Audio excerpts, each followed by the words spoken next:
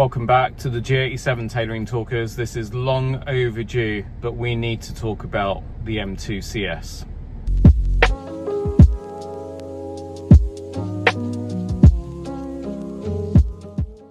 Welcome back, everyone. First thing I want to say is congratulations to viewers who have received their new G87s since my last video, which was probably about 6 weeks ago, maybe more. But I really hope that all of you that have taken delivery of your new M2s, I hope you're having a blast. I've had some messages, people saying they can't wait to get through the break-in mileage, but you'll get there, don't worry. You will get there, and then you'll be able to really put your car through its paces. I'm actually on the way into town. I've got a few things to do, and I've got a VIP client I need to see this evening, but rather than take the Vespa, which is how I usually get around the city of London, I thought I would just drive in. It's the summer holidays. I'm hoping that there's going to be less traffic, so there are worse places that I could be sitting, put it that way, and I haven't had a chance to drive the car too much recently. So the nice thing about the G87 is that you can do in-car driving. It's a fantastic daily, as I'm sure many of you are finding. And the big question I've been asked a lot, especially a month or two ago when the new M2 CS was announced and then was available for order, was, are you going to get rid of the G87 after only 5 months and chop it in for an M2 CS? I thought it was worth doing a little comparison on the two cars for those of you that are curious. I'm not even sure that you can get an M2 CS now, because as I understand it, it was a limited production run of about 2,000 cars, which probably will answer a later question about value, because I'm sure those cars will hold their value to an extent. But at 92,000 starting, it's not something that I was going to consider. You're talking about a car that by the time it's spec'd up, you're kind of going into M3, M4 territory, and why wouldn't you do that? I mean, I know that there are layers and levels. The M2 CS is a track-focused version of the G87 with enhanced suspension and a lighter weight and more power. But I want to get into all of that sort of stuff, because there will be G87 owners, I mean, who are gonna maybe feel a little bit stung and sort of wondering if they have missed the boat on anything, because you've got the first wave of G87 owners who got their cars, and just as they'd probably done their break-in mileage, the LCI life cycle impulse update version that I'm driving was announced, with an extra 30 horsepower, the updated steering wheel, and a few other little things. You know, it wasn't a major improvement, but I think still, if you'd had the choice, you'd have taken the 480 horsepower version over the 450 horsepower version, right? And then obviously you've got the LCI guys who were waiting patiently for 4 to 6, 7 months in some cases for their cars to arrive. And then all of a sudden the CS gets announced. So where does it end? You've got to bite the bullet at some point, right? So I kind of want to bring a little bit of sensibility to the debate, because there are people out there that are like, oh, you should have got a CS. Given that I've now used this car as a daily extensively for the last 8 months, this car, by the way, gets so many looks on the road still. It really does. It's such a talking point for a lot of people, and it turns heads.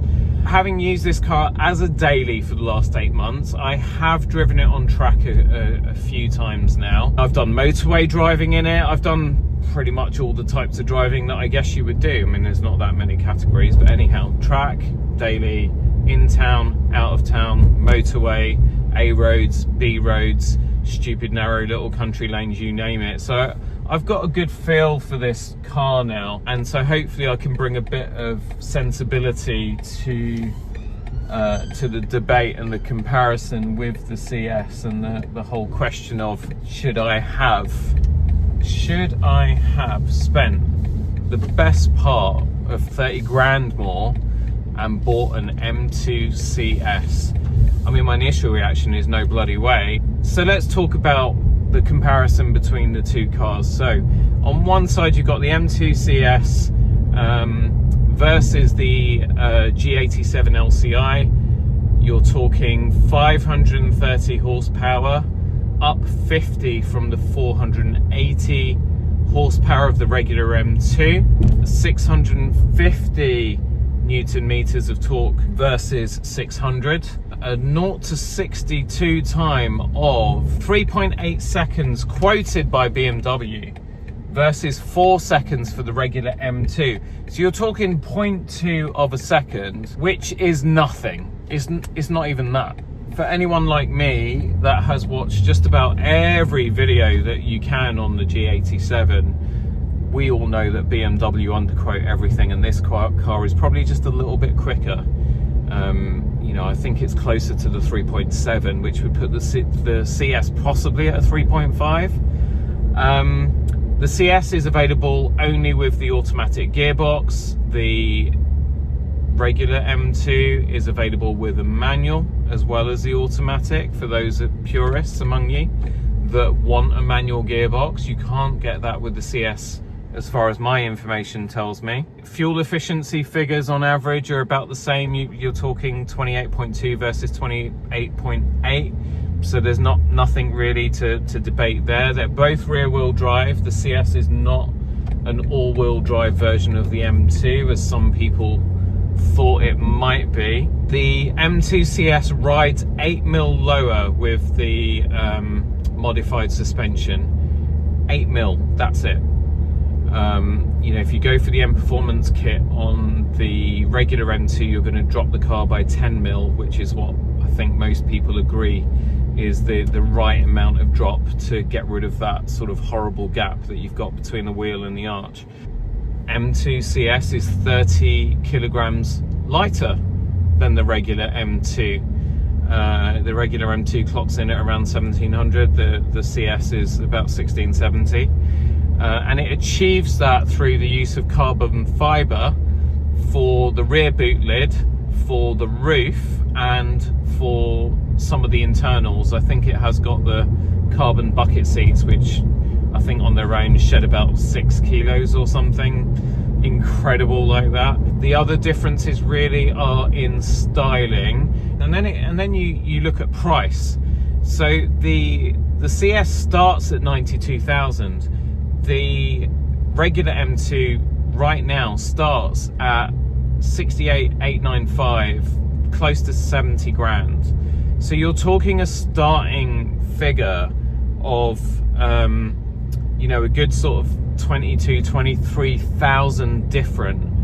And okay, you get those really nice gold alloy wheels, which I know are not going to be everybody's cup of tea. I think the CS looks quite cool actually with those gold alloys, but you could always get your G87 wheels dipped if you want, and then you can have them whatever color you want. You have got the rear diffuser, the carbon rear diffuser. It's got the front spoiler, not spoiler, the front lip, and the side skirts, and then it's got the ducktail spoiler as well.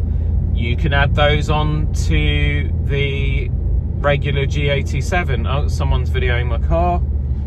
That's quite cool. I love it when that happens. Like, to any M2 owners, right? Are you getting that? Are you getting people either doing the head turn, or if you're stood in traffic and they're on the pavement, they're looking at your car, I mean really looking at your car?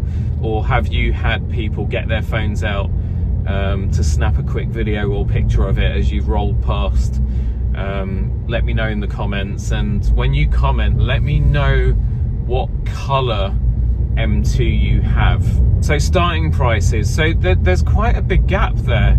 I've not actually gone in and tried to spec up an M2 CS, I don't dare. I read somewhere that there is an option for carbon ceramic brakes, and I imagine by the time you've fully spec'd one up, you could be pushing 105, 110,000. I might do that in a separate video, actually spec both cars up side by side and see what they come out to. Over 100,000 on an M2, or pushing 100,000 if you don't really option it out, is a lot of money. I think, as much as I'm a BMW person and I love my M2, I think if I had a six-figure budget, or close to a six-figure budget, I don't think I would be buying an M2. I think I might be looking at, don't know what I would be looking at actually, maybe a Porsche Cayman. Just don't think it's good value. And I think the fact they're only producing 2,000 of them, I mean, so what? With the regular M2, you can get the diffuser, you can get the carbon side skirts and the front lip and the ducktail spoiler. You can get all of that for 3-4 grand if you go to Auto ID or CT Carbon. They both make very, very good aftermarket parts for these cars. Or if you've got the cash and you're feeling flush and you're insensitive to how much they charge, you can go straight to BMW and get the full M kit, and it's about 12 to 15 grand depending on whether you can barter your dealer down on the price or not. So when you add that to the base price of the G87, so let's just say it's 69, and let's say you go M Performance kit, maybe you go for the suspension as well, so you chop another 17 grand on, well that puts you up at 86. So you're still 6 grand less than the M2 CS.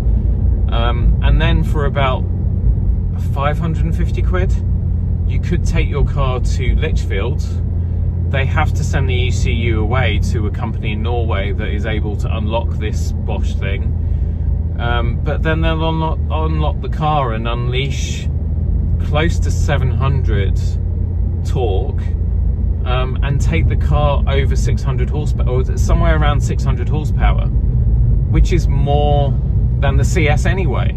If you're worried about those sorts of numbers, I mean, I thought I was, but I'm not, having tracked this car, knowing what it's capable of, and knowing that this S58 engine tuned to 480 horsepower is nuts.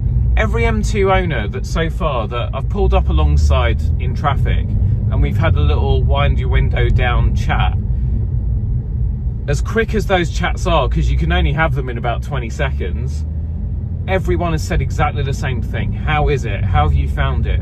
Oh man, this car is nuts. It's got so much power for the size of car. Nobody talks about the weight, because again, as I've said before, if you can't feel the weight of a vehicle, it's irrelevant. Doesn't matter that this thing weighs 1,700 kilos.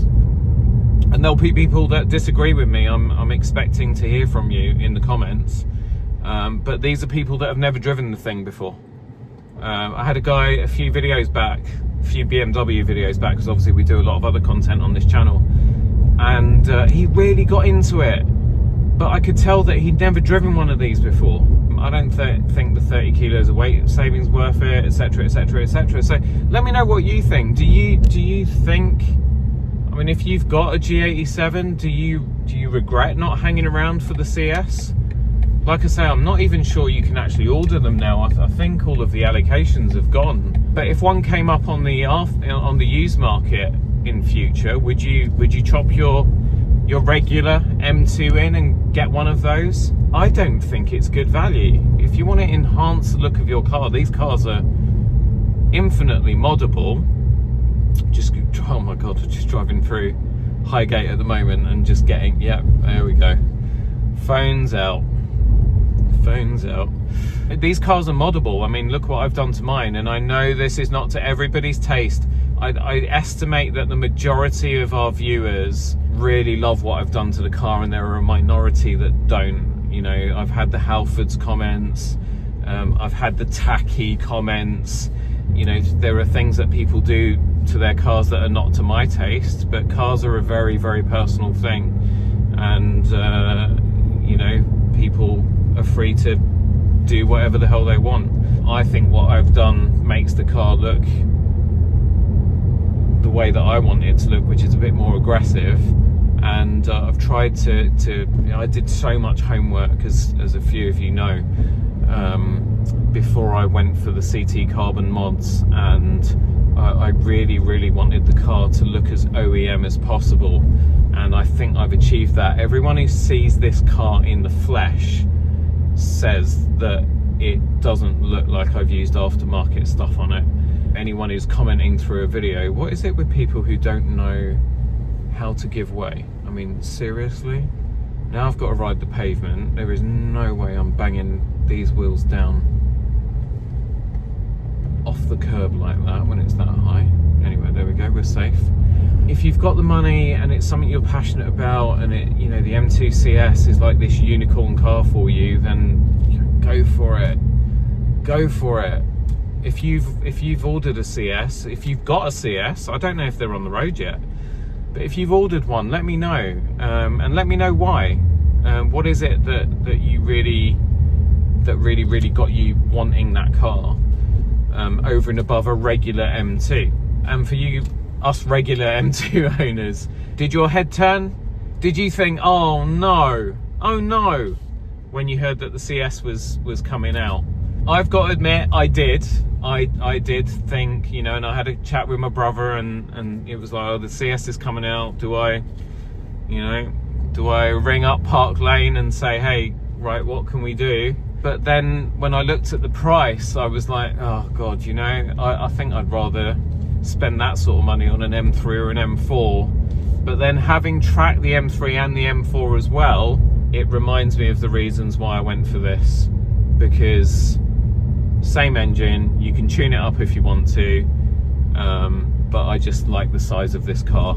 I really do. You know, having a 40 centimetre shorter wheelbase than the M4 when I live and my life revolves around a big city just makes it a lot more practical for me. And also I don't hate them, but I'm not a massive fan of the beaver teeth on the M3 and the M4s.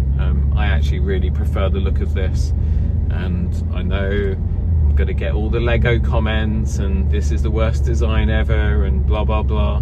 By the way, I was at Goodwood Festival of Speed. I did post a short, I'll try and link to it, and those old Alpinas, they're square as anything. I don't see anybody looking at one of those nowadays and saying, oh, that was a horrible design. What on earth were BMW thinking back in the late 80s, early 90s? And, you know, for me, I can see a lot of the spirit of those cars in the design of this one. What, a year or two after this new design was introduced, I think people are softening their views towards the look of it, especially when people see it in real life. They say to me it is a good looking car. I've not had anyone say that they don't like the front end, the back end, the side or whatever. Everyone says they really like it. So, you know, I think a lot of the problem was down to the press photos and videos that BMW released and a lot of the reviewers were taking. Again, I can't see that because I've loved the look of this car from the very beginning. The only thing I didn't like is that I just felt it looked a little bit weak at the front, sides, back. And it just needs the side skirts, the front lip, and it needs the spoiler and the rear diffuser just being a little bit more aggressive and just filling some of those gaps. And that's what I've tried to do with this car. I've tried to tie it together. And I will just mention, because I've been talking about it in the comments with a lot of you, we've been talking about the M suspension kit, but then I did read somewhere that if you go for the M performance kit, you lose all of the adaptive dampers and stuff that you get with the normal stock suspension setup. Can anyone drop a note in the comments and let me know what the real deal is, especially if you're someone that has got the M performance kit and you've got the car a little bit lower now? Do you have adaptive suspension still? Is it still, can you make it a soft ride in comfort mode, or do you lose that ability altogether? I'd really love to know, because the next time this car goes in for a service, if I know that I'm not going to compromise the ride quality, I will 100% get the M Performance kit and drop the car. And I also know, I'm fully aware, I've been talking about my driveway and the steep drop off, and I don't want to lower it anymore because I'm worried about scraping it. But the risk of that is outweighed by the desire to just drop this car just to 1 centimetre. I think it will make it absolutely bloody perfect. A couple of other things that I wanted to mention to you guys and girls. We've just been doing a bit of sort of home finances, and I'm kind of thinking that I want to, even though I've only owned the car for 8 months, that I just want to pay it off and own it outright. And that's a big story in itself. That tells you a lot about how I feel about this car. Nothing else on the road, nothing else that I think I want that instead of this. There really isn't. This car, the problem I've had with cars before, like the Supra and other cars that I've had, is there was always a box that was unticked. There was always something that it was either lacking, or there was a big feature missing. And I don't know what this twat in a 330i is trying. No, he's in a I think it's a 530i. But he was really trying to squeeze in there. What a knob. There's nothing else on the road that I look at and I want.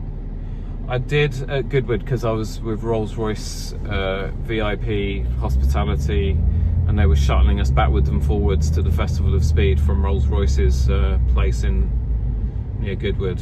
I did get a ride in a Ghost and also in a Spectre, which is their all-electric coupe. And if I had the money, 100% I would get one of those. I'd probably still keep this, but the Rolls-Royce Spectre, I really like that car.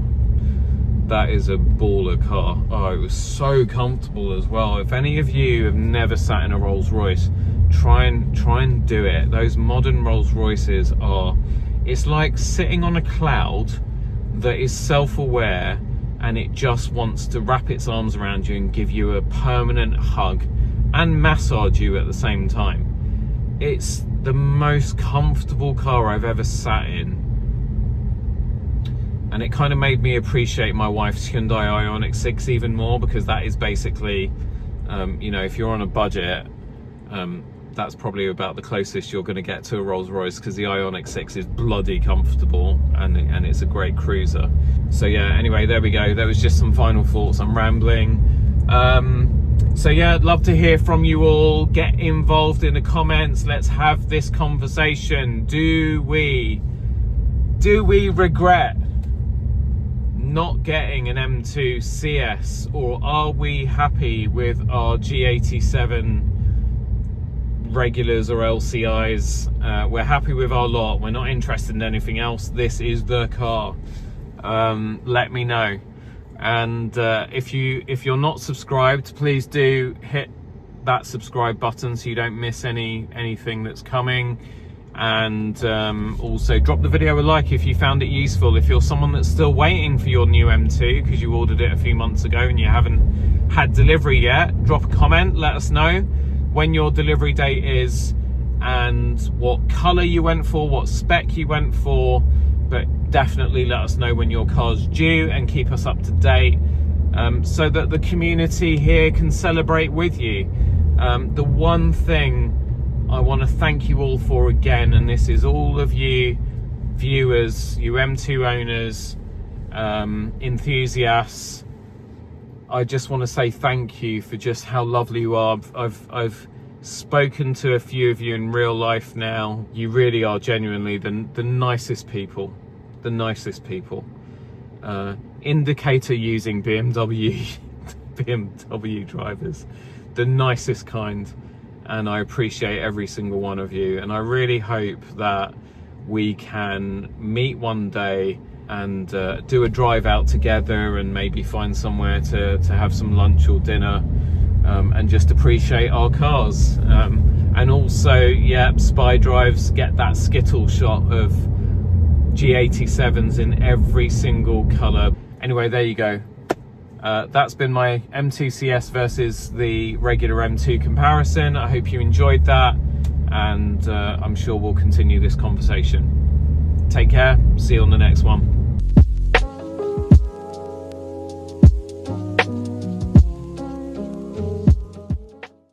The black 530 or 535i or whatever it was that was trying to squeeze in on me back in Kentish Town there. Turned out it was actually an undercover cop car. So yeah, they've just raced off on an emergency call, but as they raced past, the guy in the passenger seat, the cop in the passenger seat, just looked out the window and wagged his finger at me. Oh well, there we go. My G87 beats any cop car. Knobs.